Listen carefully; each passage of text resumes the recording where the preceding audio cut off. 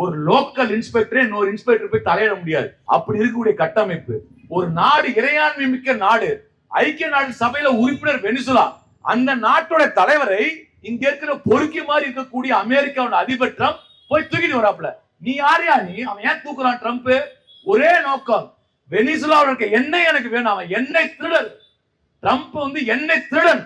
அந்த எண்ணெய்களை சூறையாடுவதற்காக, அங்க இருக்கக்கூடிய கனிம வளங்கள், கனிம எண்ணெய்களை சூறையாடுவதற்கு தான் ட்ரம்ப் என்ன செய்யறாப்ல, மதுரோவையும் இடையே தூக்குறார்கள். அமெரிக்காவில் இருக்கக்கூடிய எதிர்கட்சிகள் என்ன சொல்றாங்க, எங்களுக்கே தெரியாது, என்ன பேரை சொல்லி எப்படியா ஒரு நாட்டுடைய அதிபரை தூக்கிட்டு நியூயார்க்ல சிறை வைப்புன்னு சொல்லிட்டு அமெரிக்காவில் போராடுகிறார்கள். நியூயார்க் நகரத்துடைய மேயர் மம்தானி அவர் சொல்கிறார், ட்ரம்ப் செய்தது கண்டிக்கின்றோம், முதல் மதுரோ விடுதலை செய்ய சொல்லிட்டு நியூயார்க் நகர மேயர் பேசுகிறார். நண்பர்களே, உலகம் எங்கும் மதுரோவை விடுதலை செய்ய சொல்லி லட்சக்கணக்கான மக்கள் இன்னைக்கு போராட்டத்தில் ஈடுபட்டுக் கொண்டிருக்கின்றார்கள். இன்னைக்கு பாருங்க, இந்த எண்ணெய் வெள்ள சூறையாடுவதற்காக கப்பல் அமைச்சிருக்காங்க. வெனிசுலாவுக்குள்ள நுழைகிறது. பச்சையா சொல்றான் ட்ரம்ப், எனக்கு எண்ணெய் தாண்டா வேணும்ன்றான். எண்ணெயை அடிக்க திருடுறதுக்காக தான் நான் மதுரோவை தூக்குறேன்னு சொல்லிட்டு ட்ரம்ப் சொல்கிறார்.